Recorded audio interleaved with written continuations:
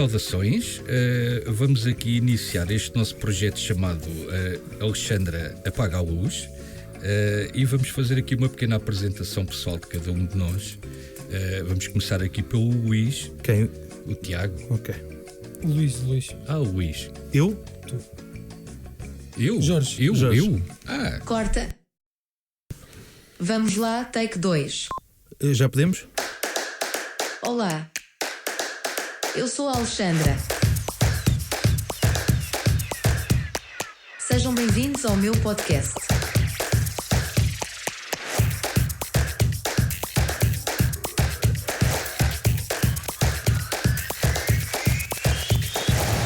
Bem, a voz que acabaram de ouvir foi da Alexandra, o nosso assistente pessoal. Eu sou o Luís, ao meu lado tenho o Jorge e o Tiago. Este é o nosso projeto, vamos agora apresentar, mas não podia deixar de começar sem falar um pouco sobre nós. Eu sou o Luís, trabalho na área da proteção de dados e da segurança informática. O meu primeiro dispositivo inteligente foi... Eu sou péssimo com datas, mas penso que terá sido alguns entre 2017 e 2018, quando precisei de automatizar uma bomba de um sistema de rega de um jardim. Podia ter comprado um daqueles timers, mas eu não queria. Portanto, eu queria que houvesse aqui alguma interação com a previsão do tempo e garantir que a bomba iria apenas funcionar se houvesse necessidade. A seguir veio uma estação meteorológica, porque as previsões e o estado do tempo nem sempre funcionava corretamente, e a partir daí depois foi a luz do quintal e sempre a continuar até agora. Desde 2018 ou 2019 o meu foco principal tem sido o Home Assistant, que é a plataforma que eu uso e que eu acho que é que faz mais sentido, mas um dia mais tarde podemos falar sobre isso. Tiago, Jorge? Pode ser já o Tiago. Então posso ser eu. Eu trabalho em sistemas de informação. Quanto ao primeiro equipamento e ao que me trouxe à parte do Home Assistant, na verdade, foi por mero acaso. Um amigo meu deu-me um Sonoff, um Basic na altura, que era a única coisa que havia, e pronto, entretanto, em pesquisas descobri o Home Assistant, depois descobri a comunidade portuguesa do Home Assistant, tinha sido criada há pouco tempo e pronto, a partir daí foi sempre até chegar à automatização dos stores e luzes, e pronto, é o que tenho lá em casa, tudo a funcionar. Bom, agora é a minha vez. Eu sou o Jorge, tenho 50 e trabalho na área do tratamento de águas. O meu primeiro dispositivo de domótica, tal como o Tiago, foi um Sonoff Basic, para acender e apagar apenas uma luz, e não me iniciei diretamente no Home Assistant, mas sim no Domotics. Achei a plataforma um pouco estranha e ao fim de uns meses mudei para o Home Assistant, e a partir daí o bichinho nunca mais me largou. Desde 2017 basicamente que tenho andado muito à volta da domótica, com alguns projetos tanto pessoais como para outros, e lá em casa quase tudo é inteligente, o que veio dar uma grande facilidade no dia a dia, porque lá em casa somos todos um bocadinho esquecidos com as luzes. E o sistema está feito de maneira que quando não detecta presenças em casa, apaga as luzes, o que veio diminuir bastante as contas em casa. Isso é engraçado. E nunca te aconteceu estar gente em casa e as luzes apagarem? Por acaso não, porque tenho um pequeno... portanto, desde que apareceu o Person no Home Assistant, que eu agrego vários device trackers e tenho tanto o GPS como penso que o ping, que está a funcionar neste momento, e ou um ou outro deixam... Consegues manter a coisa relativamente funcional. Isto tem aqui uma ordem, mas eu vou já saltar a ordem e vou-vos falar de uma automação muito interessante que eu tenho, que é que liga as luzes ao cão e é fantástico. Nunca funcionou direito, nunca atinei com aquilo. O Tiago já se ofereceu para me ajudar, mas nunca aconteceu. E eu continuo a achar fantástico, assim que o sol se põe, eu receber a mensagem a dizer: não está ninguém em casa, liguei as luzes para o cão e o cão está ao meu lado e estamos dois sentados no sofá. Eu acho que já nem arranjo já de propósito para ter este momento, para me lembrar que isto, no fundo, a inteligência somos nós que lhe damos. Já agora eu também comecei com Domotics, acabei por mudar para o Home Assistant quando comprei uma Alexa, se não estou em erro, e pareceu-me uma integração mais fácil e pronto, e depois a partir daí começou. Bem, tirando esta apresentação mais pessoal, tínhamos aqui preparado uma série de perguntas e se calhar vamos então... Primeiro equipamento smart de cada um, acho que já dissemos. Eu não me recordo bem, mas eu penso que a bomba era um Arduino com relé. Já não me recordo, já foi há muito tempo, mas penso que era um Arduino com relé e qualquer coisa para fazer ligar. Não sei se não era USB, já não me recordo, foi há muito tempo. Em termos de equipamentos e de setup, eu posso começar. Eu tenho 3 servidores com Proxmox, tenho uma alta disponibilidade, não era necessário, mas dentro daquilo que é a minha parte profissional e a parte pessoal, eu tenho necessidade de correr diversas máquinas virtuais com diversos sistemas operativos e agrada-me também ter a facilidade de migrar coisas de um lado para o outro, gerir, aprender. Portanto, acabei por chegar aí, mas comecei como todos também com Raspberry, que acho que é onde todos começamos. Em termos de equipamentos... O setup neste momento não é exclusivo para a domótica. Não é exclusivo para a domótica, tem entre DNS, Firewall, Wikipédia... Reverse Proxy.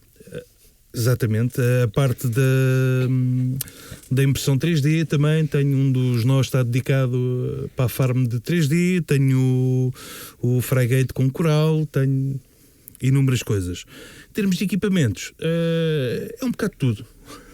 Ainda tenho alguns básicos enfiados na caixa de derivação, tenho só novos mais recentes, tenho Shellys, tenho Tuias, tenho coisas feitas por nós, tenho coisas feitas pela comunidade CPHA. Basicamente, até aqui tem sido qual é o dispositivo mais barato que cumpre o objetivo que eu quero. Se fosse começar agora, se calhar iria-me fechar a um sistema e tentar dentro desse sistema encontrar os dispositivos que fossem ao encontro do que eu necessito ou tentar não divagar muito. Neste momento é impossível. Sinto que no mais barato depois há sempre aquela questão da segurança. Muitas vezes pronto, com eletricidade, tirando as Alexas, tem tudo local, inclusive as câmaras. Segurança elétrica, compreendo.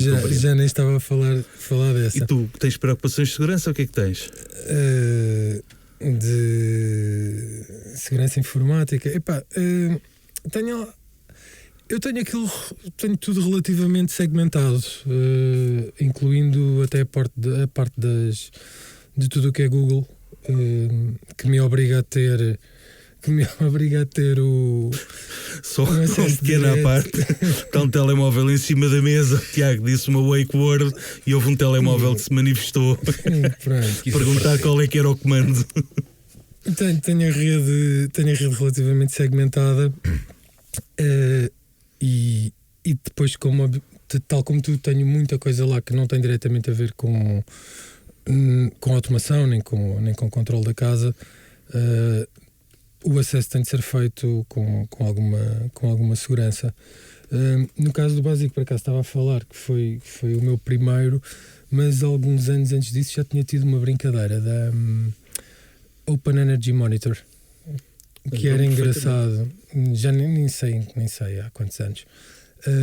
E era engraçado porque aquilo tinha a componente da medição do consumo, mas depois também tinha uns satélites, uns Zeeman TX que davam a temperatura das várias divisões. Obviamente depois não estava ligado com absolutamente nada, estava a enviar para a cloud deles e dava para ver uns gráficos. Mas é isso.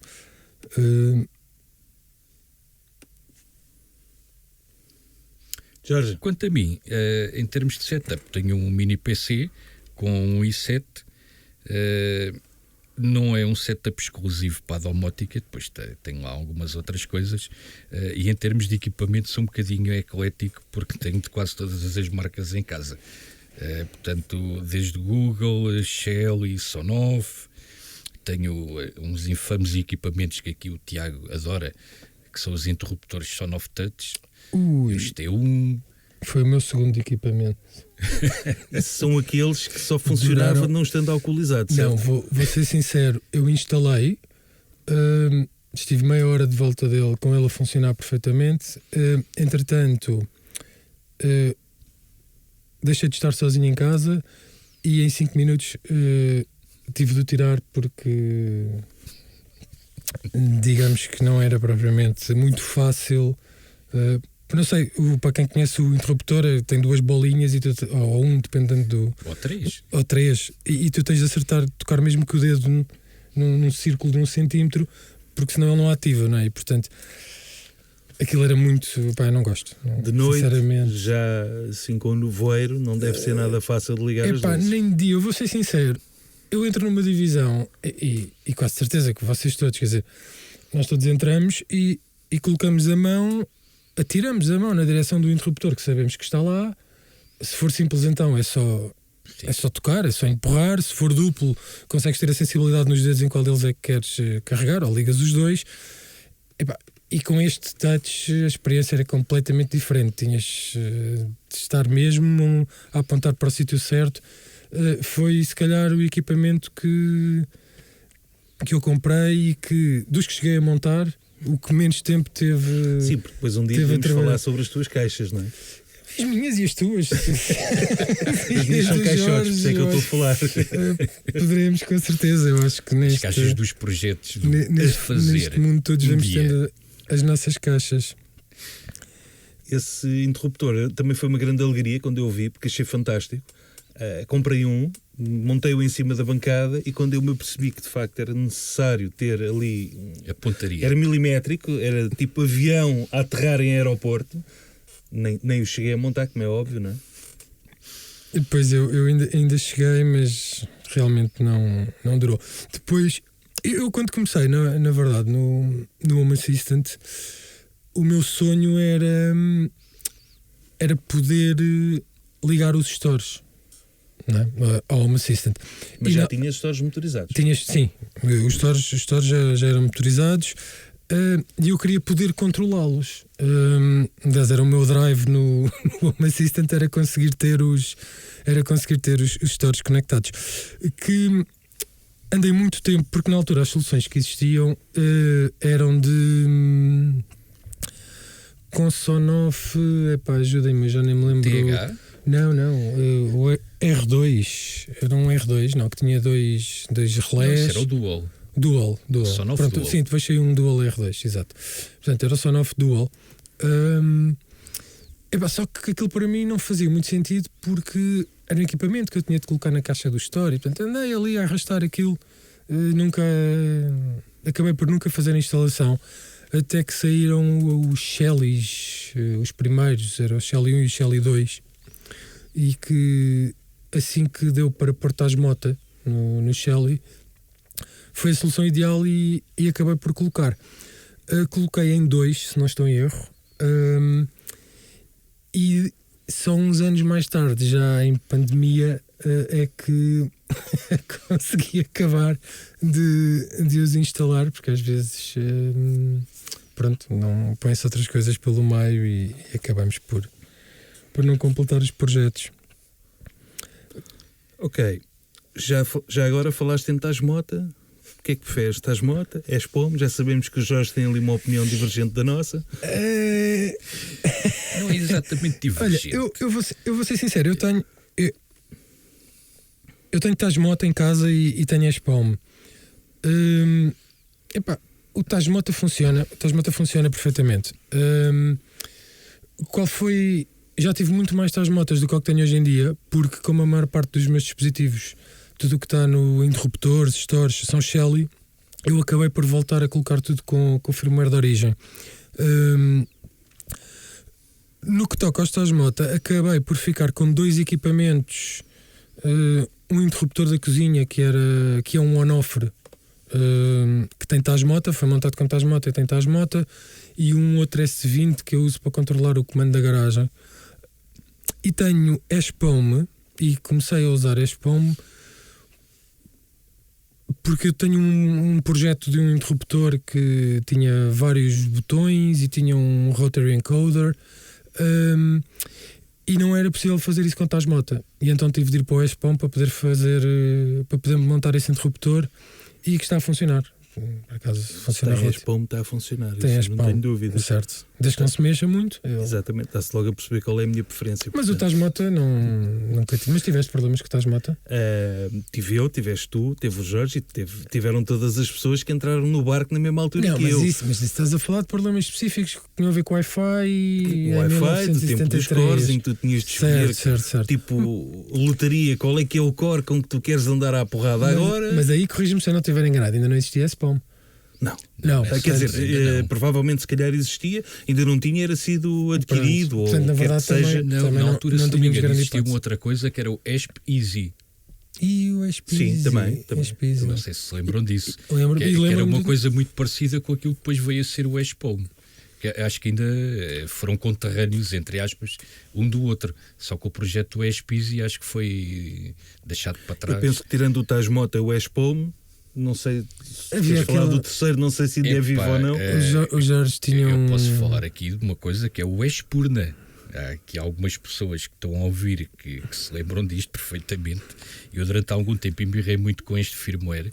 Embirrei no bom sentido, porque embirrei em usá-lo, porque o Tasmota tem a flexibilidade de tu, com ele flashado, conseguires mudar-lhe o comportamento e adaptar-se a vários equipamentos, e o Espurna era feito especificamente para um dispositivo e fazia-o muito bem.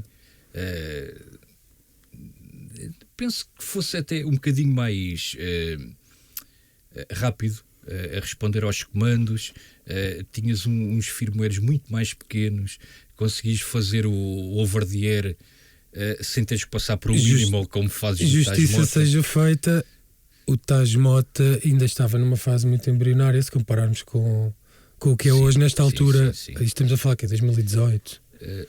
2017, Sim, 2018. Vocês conseguem perceber isso das datas? Eu Sabes ainda que não lembro, eu lembro-me que porque passaram. quando eu entrei na domótica foi através do... Não foi através do Domotics diretamente, mas lembro-me que no Domotics ias à ajuda do próprio sistema e eles aconselhavam o Espurna. Tanto que o Espurna durante algum tempo tinha uma entrada própria só para configurar para o Domotics. E penso que o Tasmota chegou a ter também durante algum tempo, mas depois saiu. Sim, tinha umas configurações específicas. Porque aquilo tinha uma configuração Mas parecida. relativamente às datas, para mim é muito fácil lembrar-me, porque eu comecei a descobrir o Home Assistant derivado àquele básico que me deram, e dei com o início, ou seja, apanhei a CPH no Facebook, na altura era no Facebook, também ainda No princípio. no início, e portanto, sendo que a CPH foi fundada E agora deixa-me só 1 de interromper, abril. para quem não conhece, CPHA é a Comunidade Portuguesa do Home Portuguesa Assistant. do Home Assistant. Exatamente.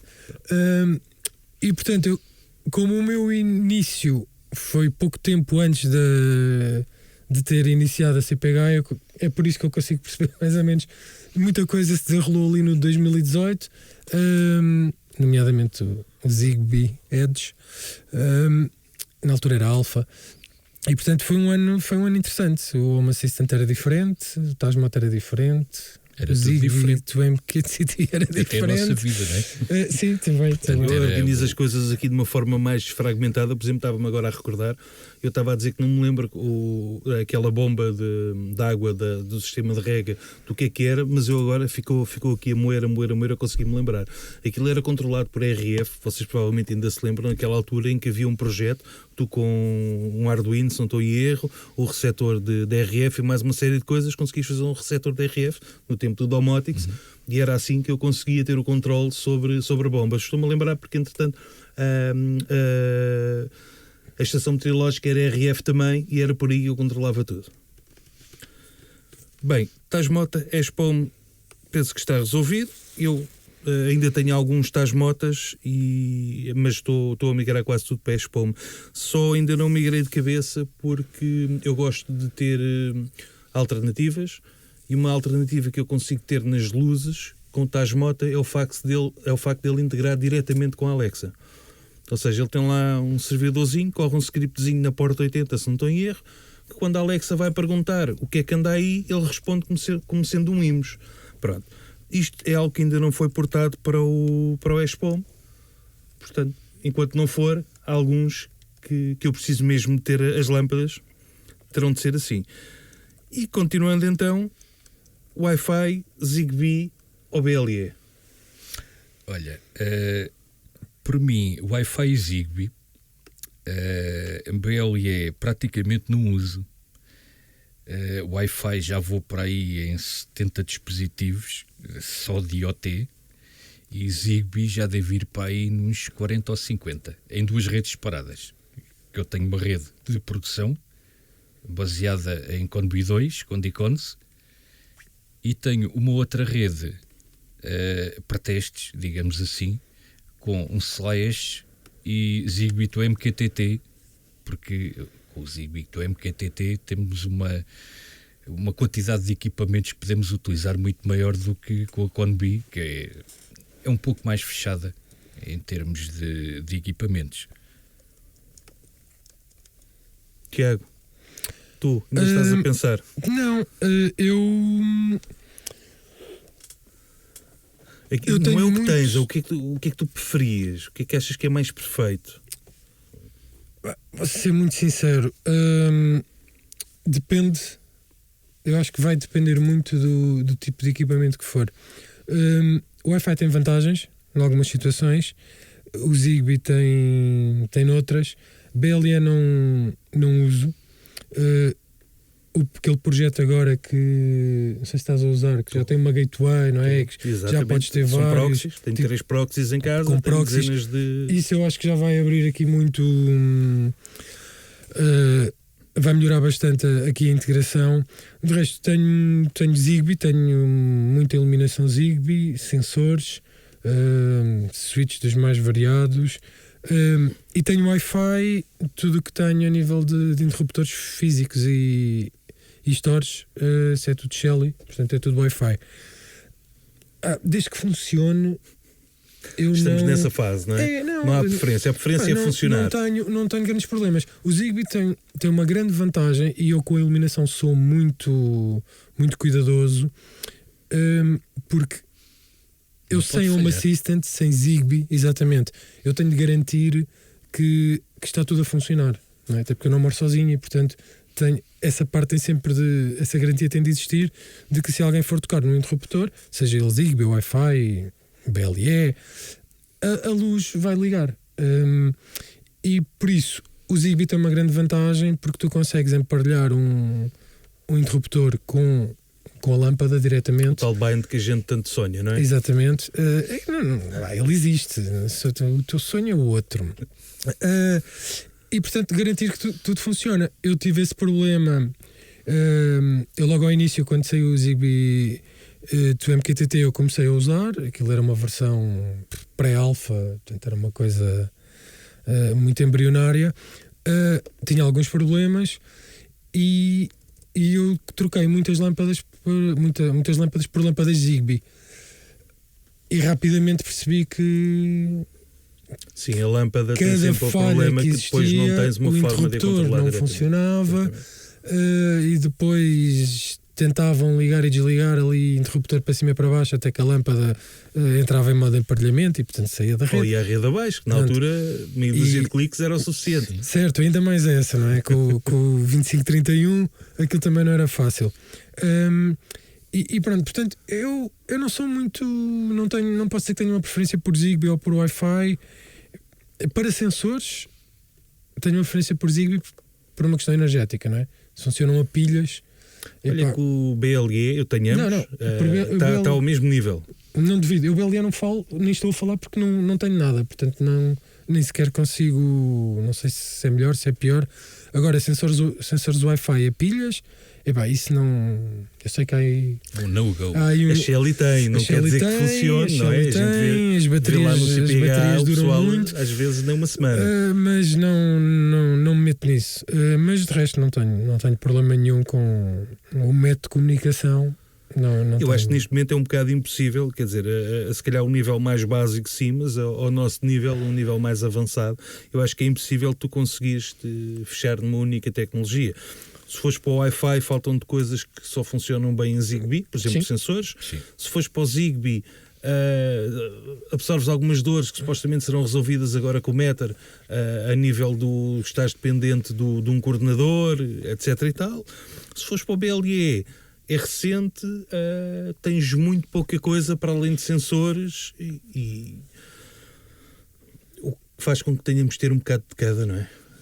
Ir ao encontro do que é que funciona mais barato. Eu, por exemplo, tenho BLE por uma simples razão, que houve uma altura em que eu apanhei aqueles termómetros pequenininhos que a gente flasha com os firmwares da ATC.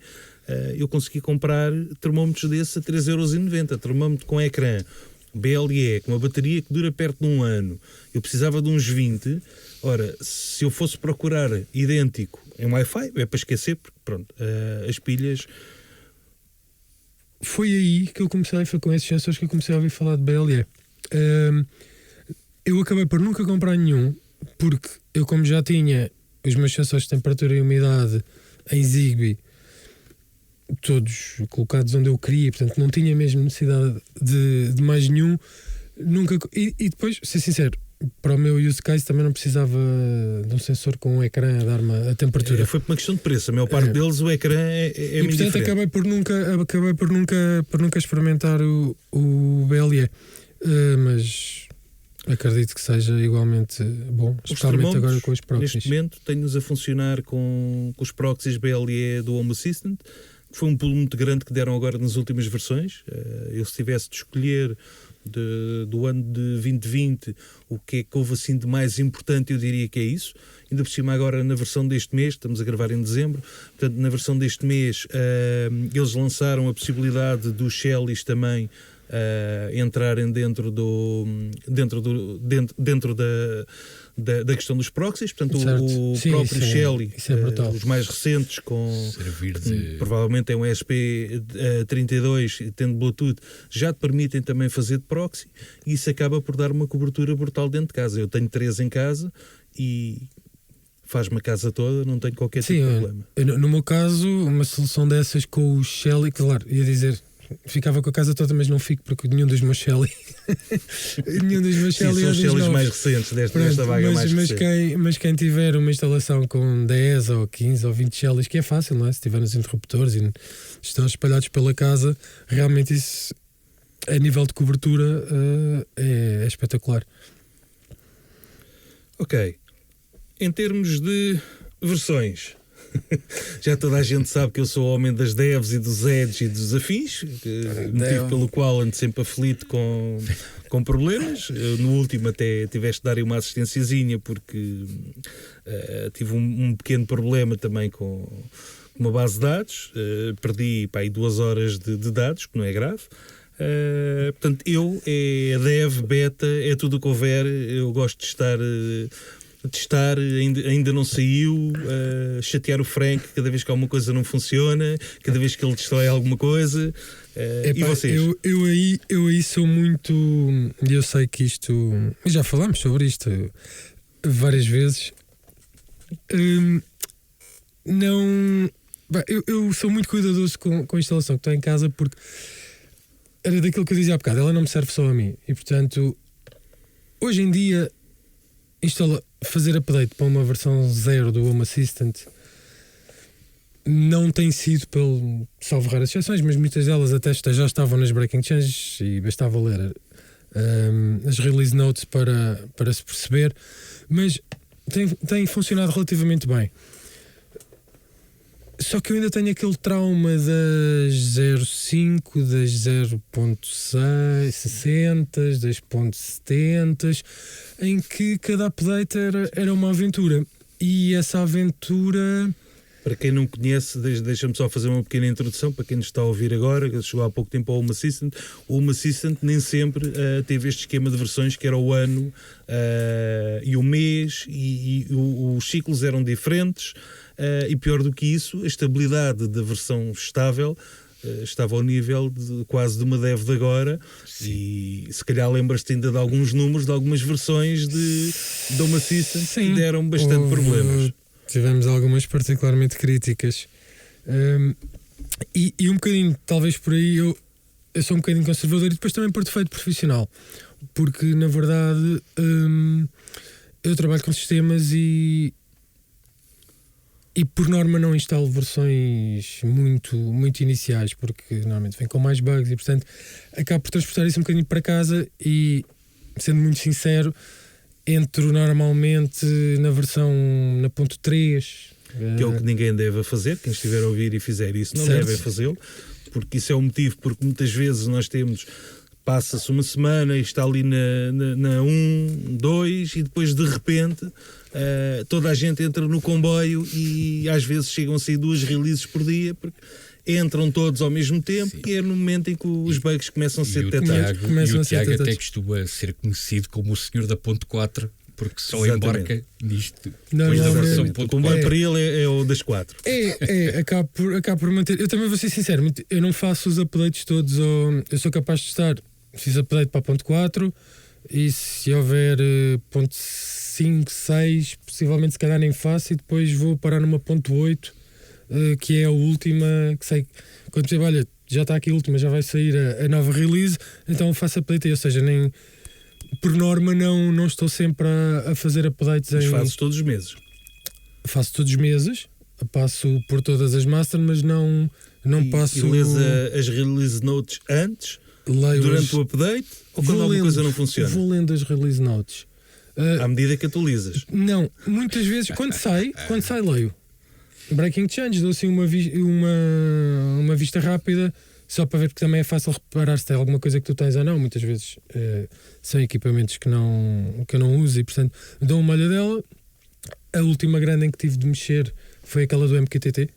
Pronto, de resto, não me lembro verdadeiramente de uma Breaking Change que me tenha. Até porque eles muitas coisas já começam o próprio código já converte e não há necessidade de sim, também é tudo o verdade. que foi que passou do YAML para GUI. Houve muita coisa que seria Breaking Change, mas que acabou por não ser, porque a própria versão, quando atualizavas, ele pegava e ia ver o código que tu tinhas e transformava aquilo. Exatamente. Pronto, e portanto, esse é efetivamente o meu cenário. Entro sempre na Super Stable. Tenho agora também uma versão beta, porque tanto me chateaste que eu acabei por instalar uma versão beta que não é de produção, portanto não está a controlar a casa, mas pelo menos dá para ir vendo as novidades. E eu, da minha parte, alinho com o Tiago.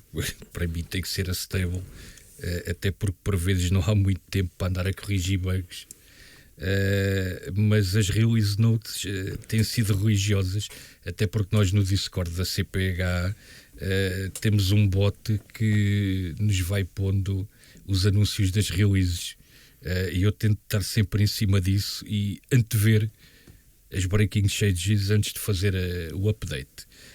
Por isso a stable, mas estou a pensar muito seriamente em embarcar na beta, quanto mais não seja numa versão paralela, para também poder dar algum feedback para a comunidade. Deixa-me só interromper-te aí para te dizer uma coisa.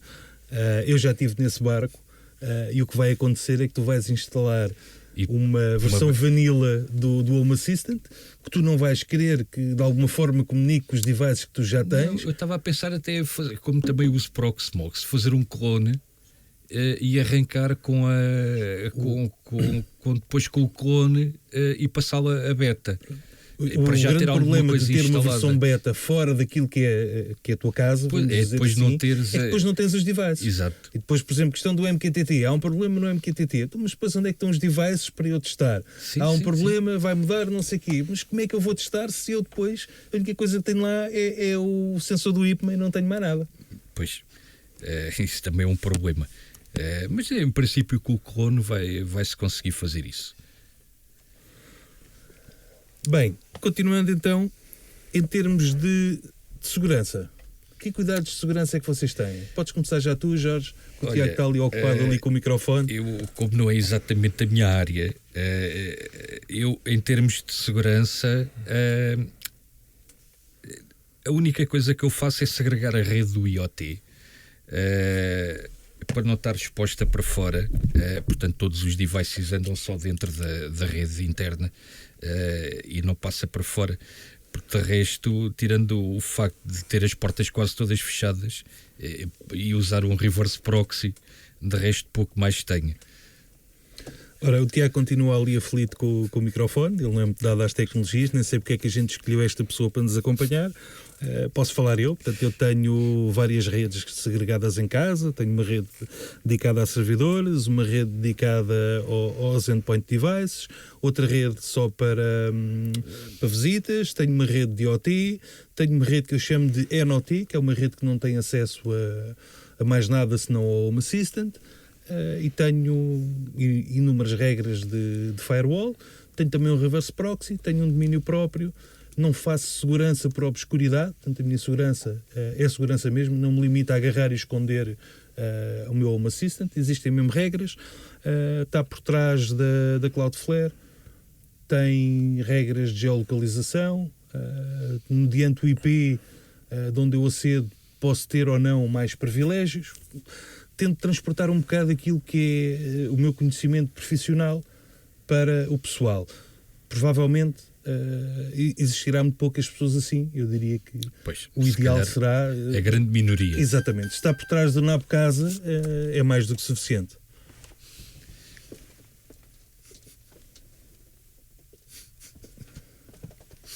Bem, não sei se o Tiago ainda quer continuar a participar no podcast. Se quiseres, podes entrar agora. Já tínhamos falado um bocadinho disto da segurança, não?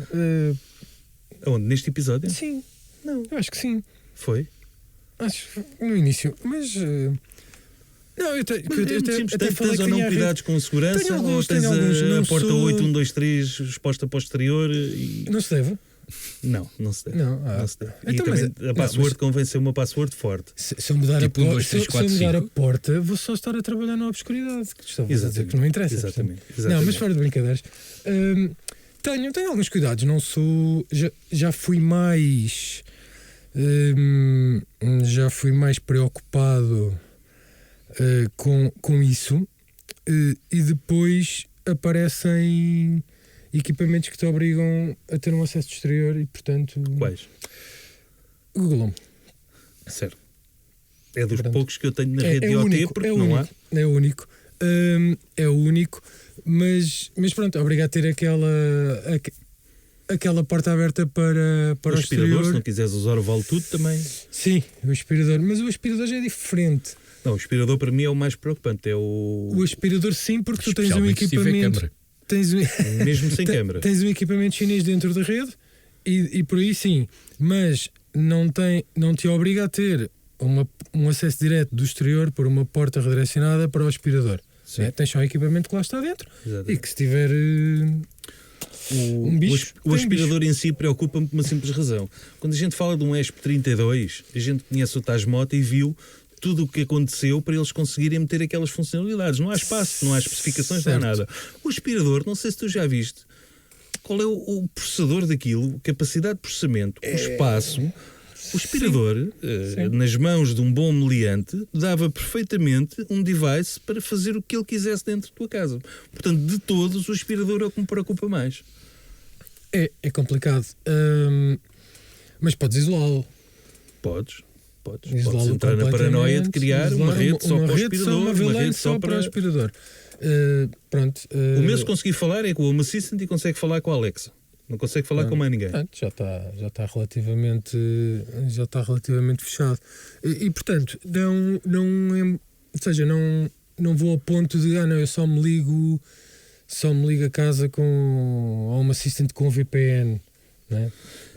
Isso é tudo muito giro se andares com um powerbank atrás, porque... E depois há outra questão, que é... eu estava a dizer que o único equipamento que se ligava de fora e que precisava de ter acesso direto era o Google, mas na verdade não é. A própria aplicação do telemóvel também, porque Certo. é o que eu uso para saber se estou em casa ou não. E por isso é que eu tenho falhas e o Jorge não tem, porque ele tem lá mais Eu subsistemas. normalmente olho só à volta e vejo se estou em casa ou não. Não costumo perder. Não é tanto depois, tens razão, não é tanto eu saber, é mais o Home Assistant saber se eu estou em casa. Só tem um ponto de falha até hoje que eu encontrei, que é se tu chegas a casa sem bateria, não é muito comum, mas se chegas a casa sem bateria e o pões a carregar já em casa, não é certo que ele quando ligue te atualize. Não vai logo que atualizar, atualize. porque não houve movimento, porque ele atualiza Pronto. com base no movimento. E principalmente. portanto tu podes estar em casa. Mas não tens Durante uma configurado hora- a opção de ele ver qual é a rede Wi-Fi é que está ligada? Não, eu tenho mesmo só. É só baseado na localização. Isso são tudo boas opções. Eu nunca tive grande sucesso com elas, vou ser sincero. Houve uma Pré-person. atualização há cerca de um ano que fez com que isso ficasse Hum. bastante melhor, ele saber se está numa rede interna ou externa. Ok. Eu E uso isso porque tu, quando e estás a funciona testar, bem? tu, não sei se sabes, tens um limite de push. Isso Não, quando acho que nunca estás a atingi. testar. Pronto, mas quando estás a testar os pushes internamente em casa, se ele não te reconhecer como estando em casa, ele vai à rua, indo à rua, vai-te queimar um push. E em menos de nada, tu já não tens mais push naquele dia para continuar a testar. Sim, que a aplicação tem lá um contador do número de push que já utilizaste. Exatamente. Portanto, se não Que configurares engraçado, para ela não saber quando não é que está fazia a dentro e mínima quando é que está ideia. Mas fora, essa configuração é o quê? É só o link interno e o externo? é ele saber quando está ligado no Wi-Fi X. onde É que pelo ele está. Wi-Fi. Exatamente. Ok, não sei. Se calhar até tenho, não faço ideia, só confirmando.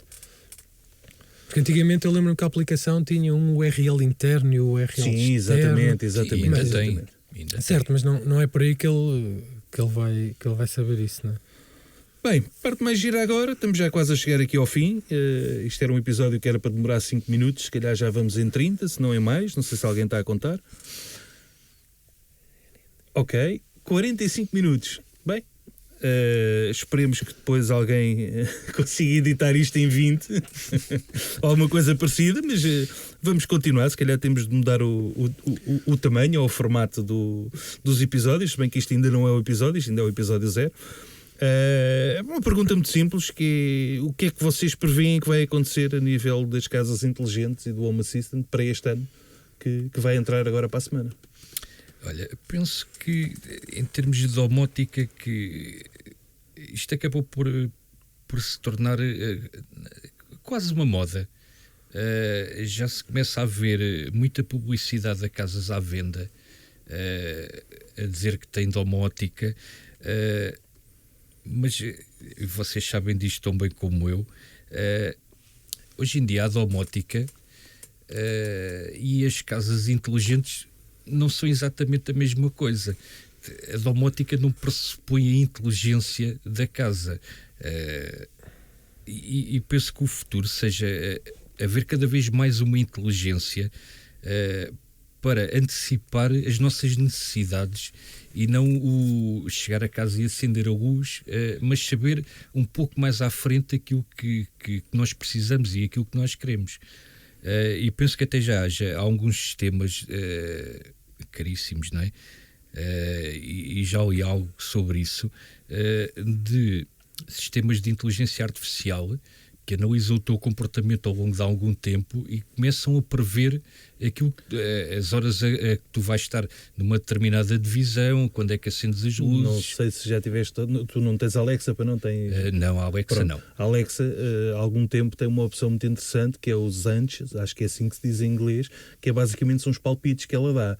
Se ativares aquilo, o que vai acontecer provavelmente é que estás no quarto, apaga-se a luz, vais ao telemóvel e está lá.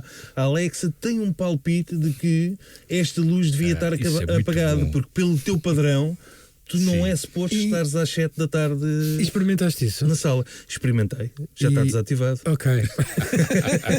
Então é bom. Mas é um início, se calhar, não é? Se calhar É o daqui a início, um ano é o início. estamos a falar disto e isso até já as coisas têm de funciona. começar por e algum até já lado e não têm de funciona bem. começar perfeito. Sim, e a gente também tem visto que ultimamente nós usávamos a Google, a Alexa e até a Siri, que vocês têm no telemóvel, mas eu não, que tinha já alguma inteligência e agora de repente apareceu o ChatGPT vindo quase do nada. Então fica para o próximo, ok. Mas isso não estava na Não, mas lista. sim, é verdade. A questão era muito engraçado conseguir trazer a inteligência artificial em alguma forma que ela exista ou que venha a existir para dentro de uma plataforma como o Home Assistant. Bem, a minha casa já sabe quando passa alguém se é um cão, se é uma pessoa. Certo. Já é algum tipo de inteligência. Já é. Aí já é. Como na minha só passam pessoas, acaba por. Bem, na minha às vezes passam cães que são pessoas e pessoas que são cães. Mas isto até há bocado, porque nós estávamos a falar dos primeiros equipamentos smart. E estamos a falar um básico. Aquilo de smart não tem nada. Aquilo é zero, assim como o binário, Shell, e não tem nada. 0 e 1, liga e desliga. E portanto, o verdadeiro smart ainda está para acontecer, não é? Vai acontecer para o ano? Vamos ver. Eu já me contentava com um sensor de presença que fosse um sensor de presença e não de movimento. Mas pode ser que chegue vamos algum ter que esperar por no 2023. correio. Ainda tenho esperança que chegue antes, vamos ver. Bem, eu mantenho esperanças muito grandes no futuro do Home Assistant para 2023. Acho que vai ser um ano em grande. A plataforma está muito madura. Eu sinto que está cada vez melhor. A equipa está a crescer cada vez mais.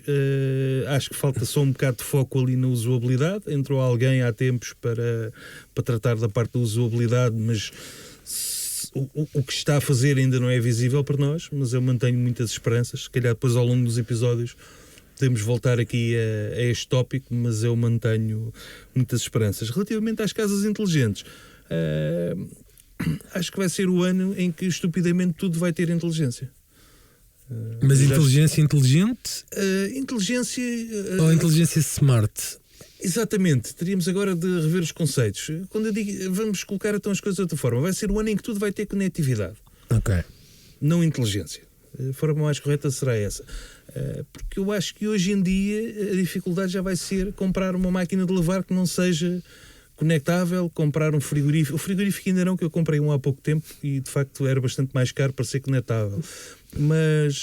Não te preocupa, desculpa interromper o teu raciocínio, mas eu compro um frigorífico, aqueles espetaculares da LG, não sei se são da LG, mas tem um ecrã enorme e corre em Android lá por trás, e espetacular, e de repente 2 anos depois ou 3 anos depois já não recebe updates e tenho ali uma coisa que já não serve para nada porque recebeu 3 updates até ficar lento, como funciona nos telemóveis, que é a mesma coisa, e de repente tenho um frigorífico que continua a funcionar como frigorífico, esperemos que não dependa do Android para isso, mas que depois tudo tens a certeza que ao fim de 2 anos recebeu esses updates todos?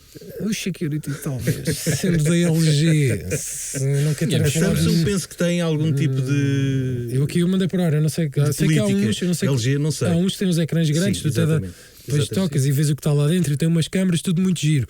Daqui a 2 anos isso ainda funciona, daqui a 3 anos isso ainda funciona. Faz lembrar um carro que eu tinha que tinha um rádio que a maior parte das funcionalidades já não serviam para nada. Eu penso mesmo no meu carro. Estamos a falar de um equipamento que custa, não sei, 2.000, 3.000 euros, se calhar, esses maiores, formato americano, com os ecrãs de 20 polegadas. E câmara lá dentro. E câmaras lá dentro. Para, quando estás no supermercado, saber se tens leite ou não.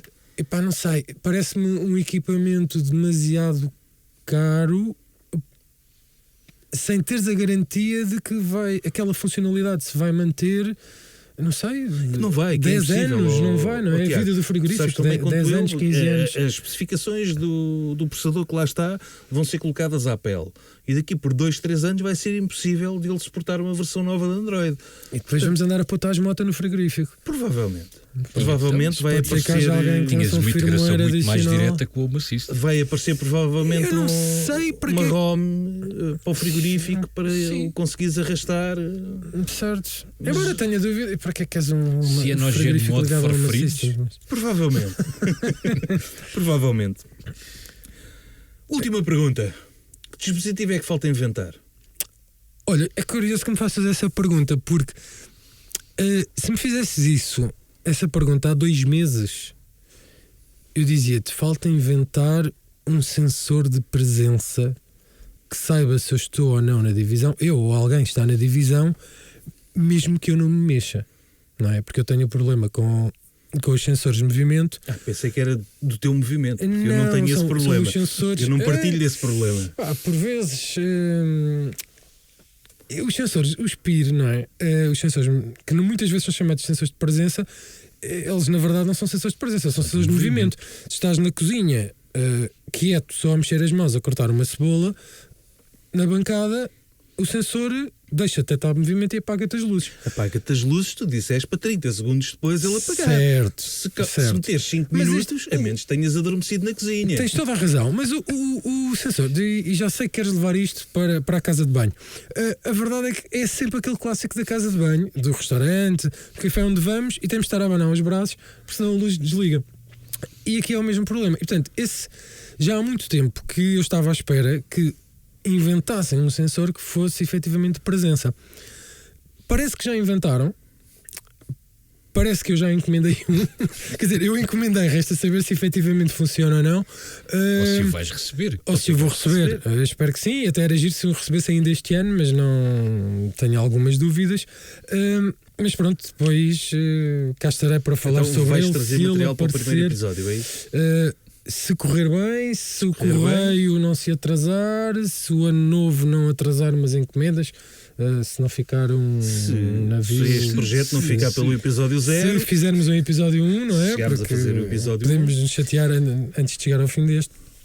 Mas sim, na verdade é isso. Portanto, eu neste momento não te consigo responder a esta pergunta no presente, mas há 2 ou 3 meses, até eu ter ouvido falar a primeira vez destes sensores novos, para mim era o que faltava inventar, e à data de hoje falta testar e ver se funciona mesmo.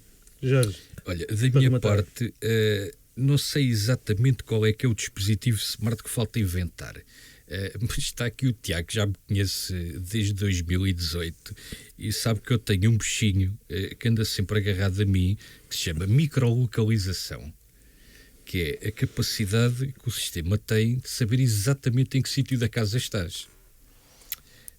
O que é que isso permite? Permite muita coisa.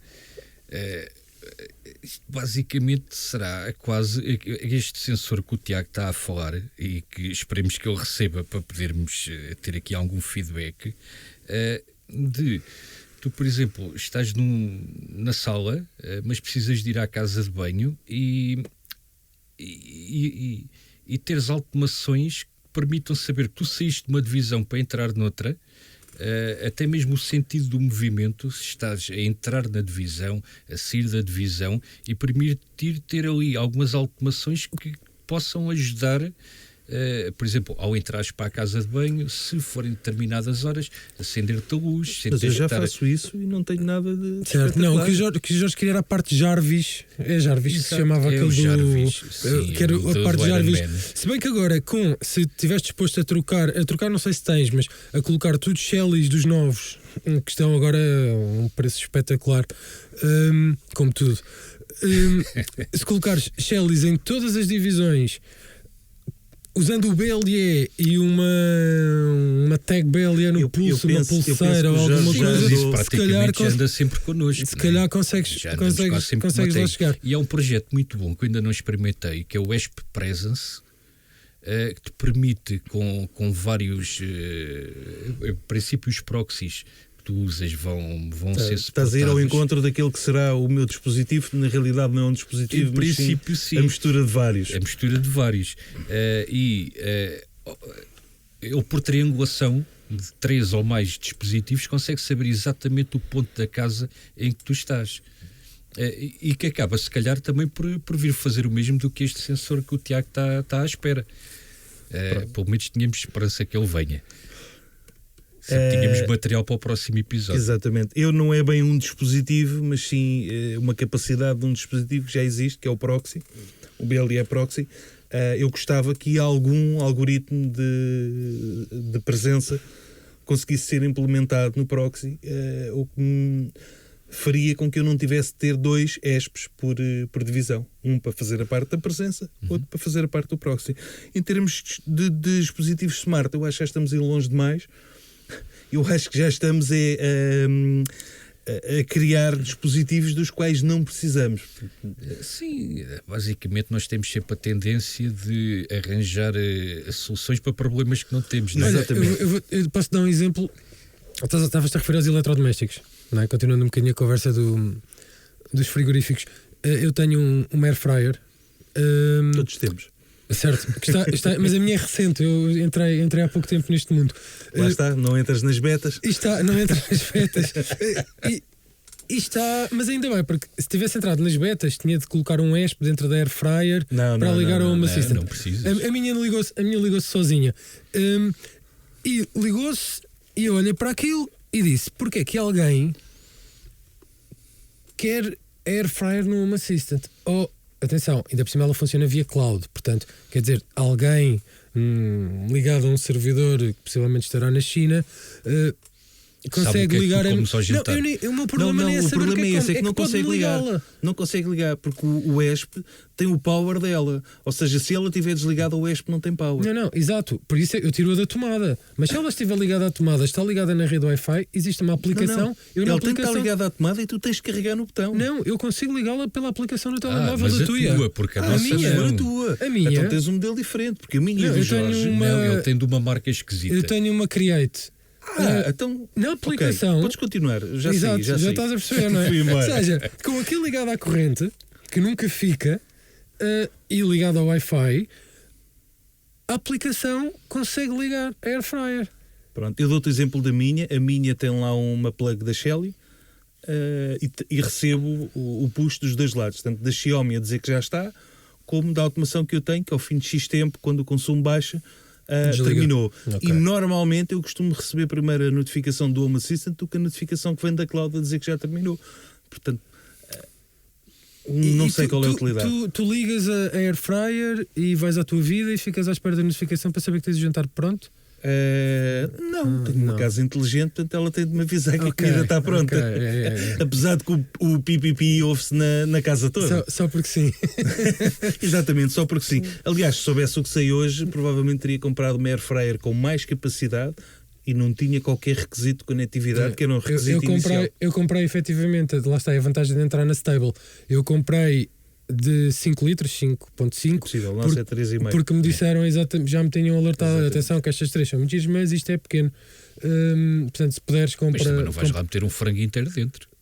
Mas aquilo não é assim, em altura não. Eu posso mostrar uma mensagem dele a perguntar como é que se faz os croquetes na air fryer. Estás a ver? Não, portanto, eu acho que ainda não está na fase do frango. Não está nos podes. congelados. Aquelas coisas mais na verdade, pequeninas. não podes.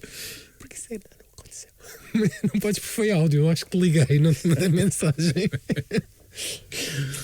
Bem, resta fechar desejando um bom ano a todos, boas festas, e vamos esperar que o projeto não se fique por aqui, que chegue mesmo a haver um primeiro episódio e que isto tenha corrido bem. Não sei se alguém quer dizer mais alguma coisa. Olha só, espero que 2023 traga muitos dispositivos IoT para todos, para tornarmos as casas ainda mais inteligentes. Tinhas isso aí escrito, não tinha? Estava. Confesso. Não, olha, um bom ano para todos e obrigado, Luís, pelo desafio que nos trouxe aqui, que lançaste, e esperemos que continue, se tivermos matéria e se houver interesse para que do voltemos. CTT neste caso, então.